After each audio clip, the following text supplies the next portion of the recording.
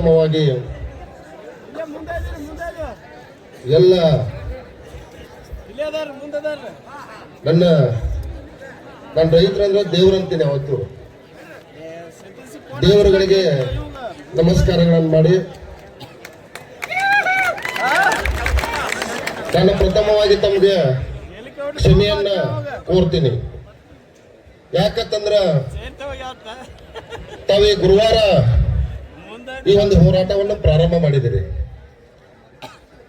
ಈ ಹೋರಾಟ ಗುರುವಾರದಿಂದ ಆಯ್ತಂತ ನನಗೆ ಗೊತ್ತಿರ್ಲಿಲ್ಲ.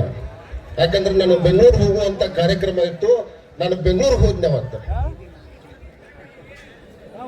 ನೇರವಾಗಿ ಇವತ್ತು ನಾನು 11:15 ಟ್ರೈನ್ ಬಂತು. ಮನೆಗೆ ಹೋಗಿ ಜಳಕ ಮಾಡಿ ಸೀದಾ ಇಲ್ಲೇ ಬಂದೆ. ನಾನು ಈ ಒಂದು ನಿಮಗೆ ಬೆಂಬಲ ಕೊಡಬೇಕು, ನಿಮ್ಮ ಪರವಾಗಿ ನಾನು ಇದೀನಿ ಅಂತ ಹೇಳ್ಕೋಬೇಕು ಅಂತ ಅನ್ನೋ ಒಂದು ಕಾರಣಕ್ಕೆ ನಾನು ಇವತ್ತು ಇಲ್ಲಿ ಬಂದಿದ್ದೀನಿ. ನನಗೆ ಬಹಳ ಚಿನ್ನಪ್ಪಣ್ಣ ಆಗಿರ್ಬೋದು, ಗುರುಗಳಾಗಿರ್ಬೋದು, ಬಹಳ ಆತ್ಮೀಯರು ನನಗೆ. ನಮ್ಮ ಪರಿಸ್ಥಿತಿ ಇವತ್ತ ಮೂಲತಃ ನಾನೊಬ್ಬ ರೈತ. ಯಾವ ಉದ್ಯೋಗನೂ ನನಗಿಲ್ಲ, ಯಾವ ಸಣ್ಣ ಉದ್ಯೋಗನೂ ಇಲ್ಲ. ಇವತ್ತು ನಾನು ಕಬ್ಬಿಗೆ ನೀರು ಹಾಸ್ತಿದ್ದು ನನ್ನ ಜನ ಗುರುತಿರಿಸಿ ಇವತ್ತು ನನ್ನ ರಾಜಕಾರಣದಾಗ ನನ್ನ ಕುರ್ಚಿ ಮತ್ತು ಕ್ಷೇತ್ರ ಜನ ಇವತ್ತು ನನ್ನ ಆಶೀರ್ವಾದ ಮಾಡಿ MLA ಮಾಡುವಂತ ಕೆಲಸ ಮಾಡಿ. ನಮ್ಮ ಪರಿಸ್ಥಿತಿ ನಮ್ಮಿಂದ ತಗೊಂಡು ಕಬ್ಬ ತಗೊಂಡು ಅವ್ರು AC ರೂಮ್ದಾಗ ಕೂತಾರ.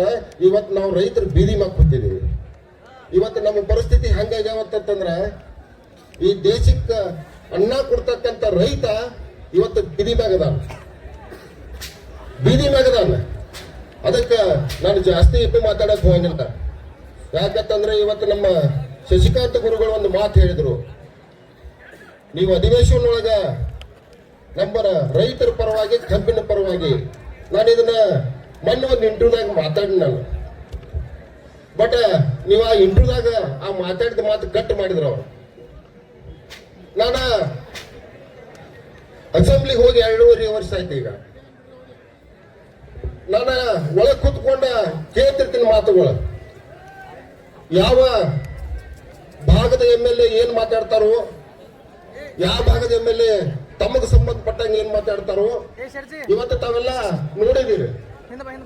ಇವತ್ತು ಹಾಸನ ಸೈಡ್ MLAಗಳ ತಮಗ ಅಡಿಕೆಗೆ ಸಂಬಂಧಪಟ್ಟಂಗೆ ಏನಾರ ಬತ್ತಂದ್ರ ಅವರ ಪಕ್ಷಾತೀತವಾಗಿನ ಎಲ್ಲರೂ ಎದ್ದು ನಿಂತ್ಕೋತಾರ. ಆ ಕಡೆ ತೆಂಗಿನಕಾಯಿಗೆ ಸಂಬಂಧಪಟ್ಟಂಗ ಏನಾದ್ರೂ ಸಮಸ್ಯೆಗಳು ಬಂದವಪ್ಪ ಅಂತಂದ್ರ ಅವರು ಪಕ್ಷಾತೀತವಾಗಿನ ಎದ್ದು ನಿಂತ್ಕೊಂಡು ಅವರವರ ಪರವಾಗಿ ಮಾತಾಡ್ತಾರ. ಆದ್ರ ಈ ಕಡೆ ಭಾಗ ನಮ್ಮ ಉತ್ತರ ಕರ್ನಾಟಕ ಭಾಗದಾಗ ಆ ಪ್ರಯತ್ನಗಳ ನನ್ನ 2.5 ವರ್ಷದಾಗ ನೋಡಾಕ ನನಗೆ ಸಿಗ್ಲಿಲ್ಲ.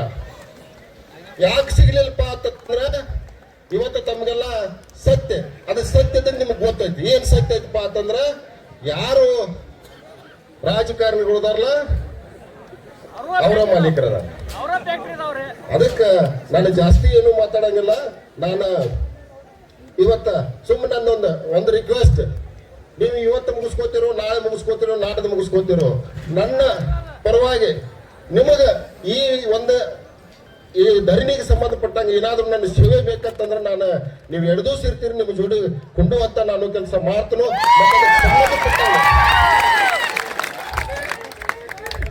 ಅದಕ್ಕೆ ಸಂಬಂಧಪಡುವಂತ ಏನಾದ್ರೂ ನನಗೆ ನಿಮ್ಮ ಸೇವೆ ಮಾಡುವಂತ ಅವಕಾಶ ಸಿಕ್ಕರೂ ನೀವು ನನ್ನ ಕೇಳ್ರಿ. ನಾನು ಏನೂ ಇಲ್ಲದೆ ನನಗೆ ಮನಸ್ಸು ಬಹಳ ಹಸನದಿಂದ ನಿಮ್ಗೆ ಸಹಾಯ ಮಾಡುವಂತ ಕೆಲಸ ಮಾಡ್ತನೋ.